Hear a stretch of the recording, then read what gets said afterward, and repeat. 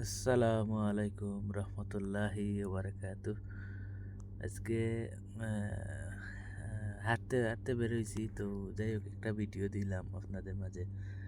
এটা লেগে যে রাস্তার যে এই যে বাসা বাড়িগুলো অনেক সুন্দর, অনেক মানে ভালো লাগার মতো একটা দৃশ্য, অনেক সুন্দর। আর বিদেশের তো খাস করে কাতার অনেক সুন্দর একটা রাষ্ট্র। তো যাই হোক,